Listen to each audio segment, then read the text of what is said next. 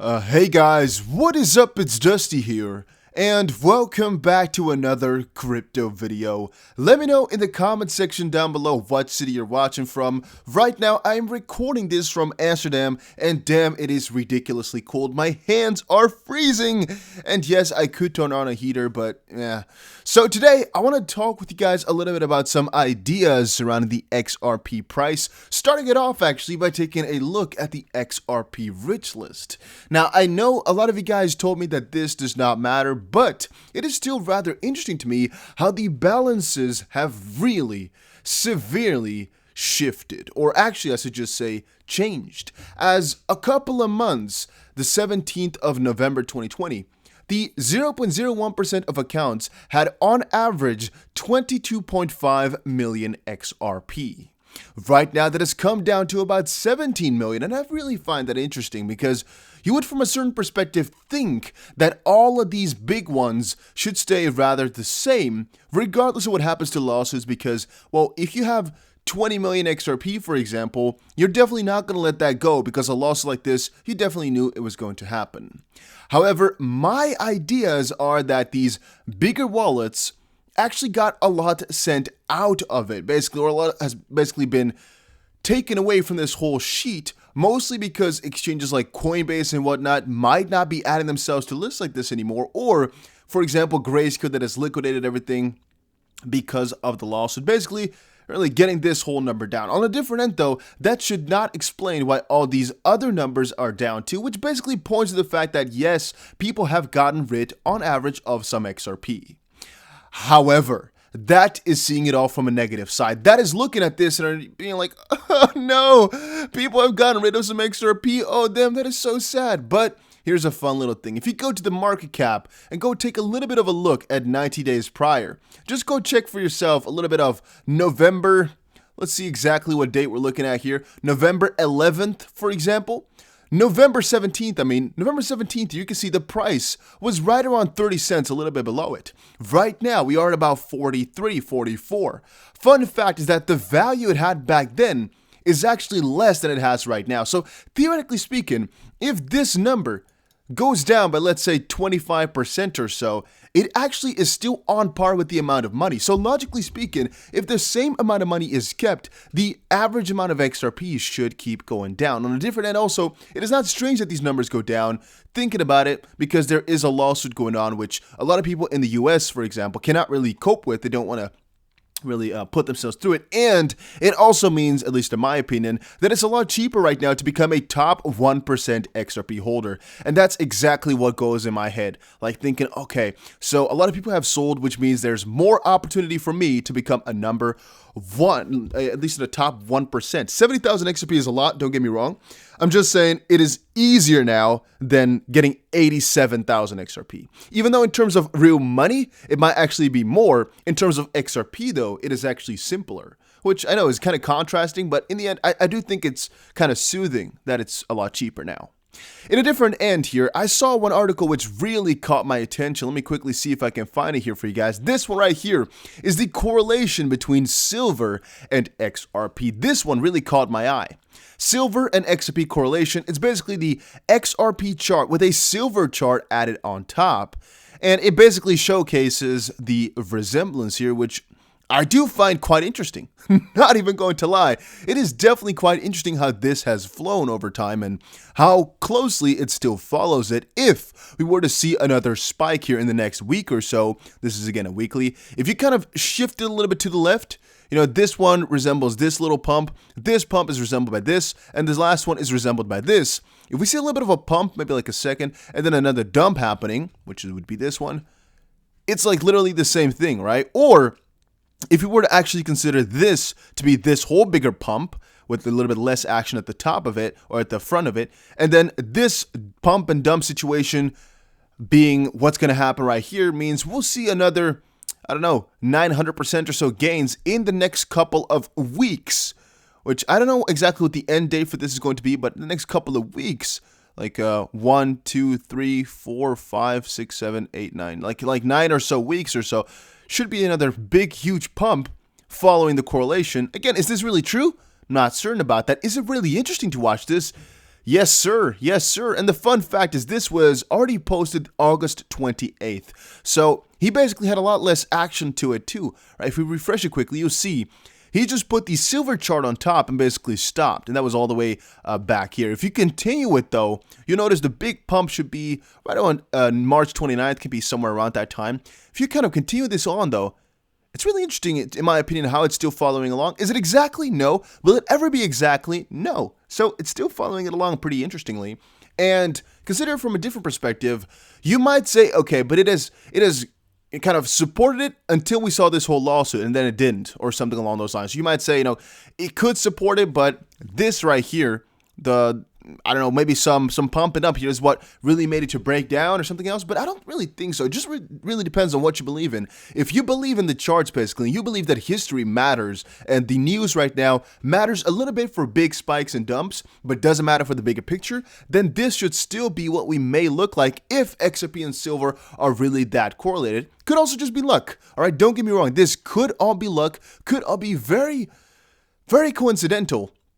But that again depends a little bit on the correlation grade here or number. And if you take it only to about August or so, it is definitely a very high percentage. Now, right now we're deviating a little bit from it, but that could also be what we saw here from about, let's say, October to June in 2018 to 19 here, where we were a little bit away from it.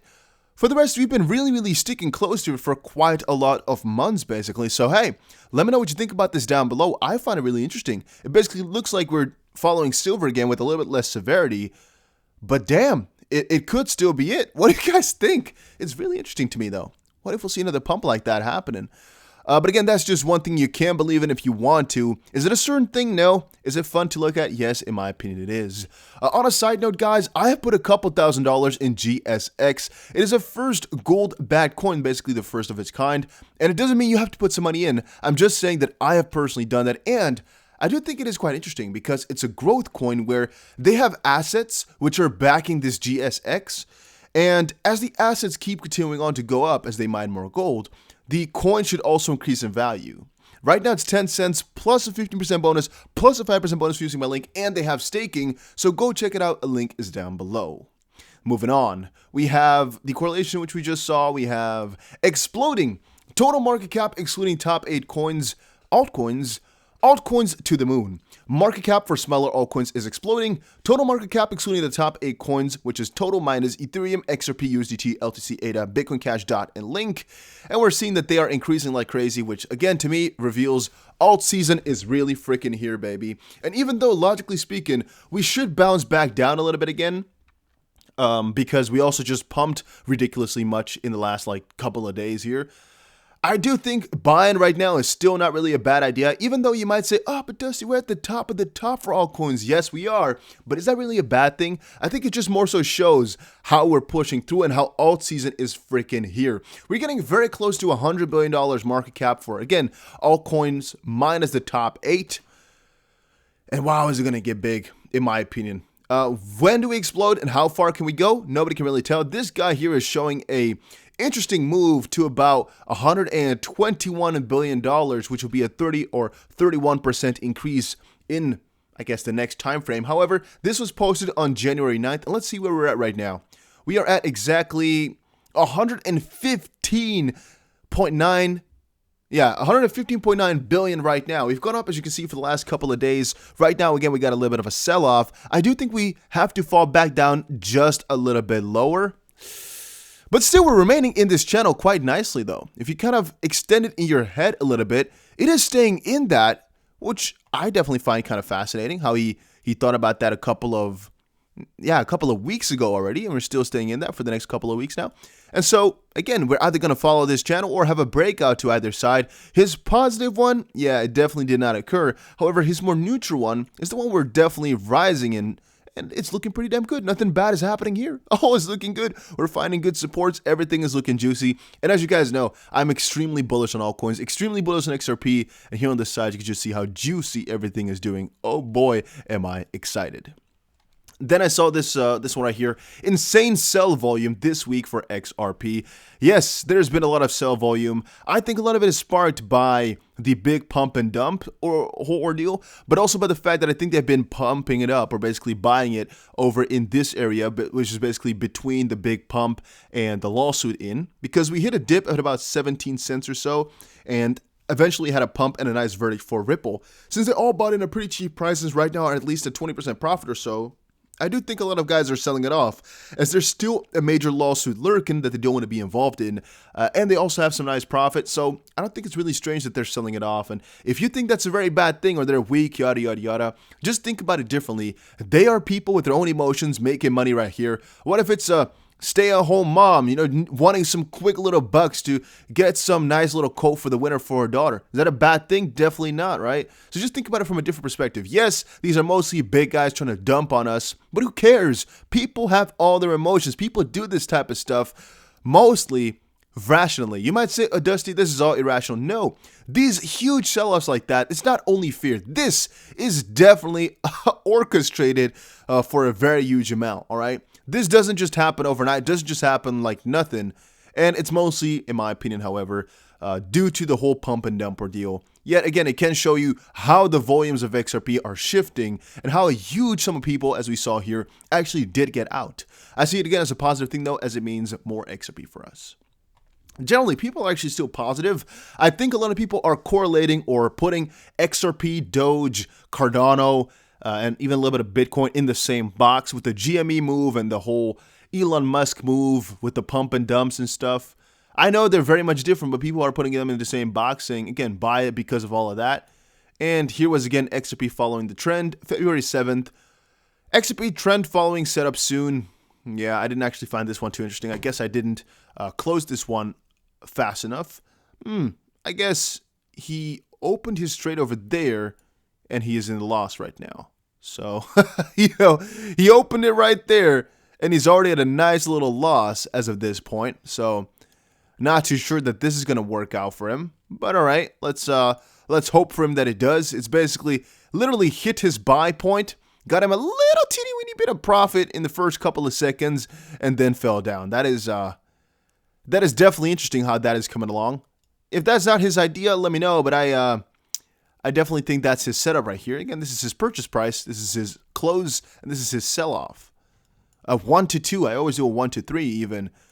But damn, that's a risky one. He's saying minor support. Why doesn't he put his stop below the support then?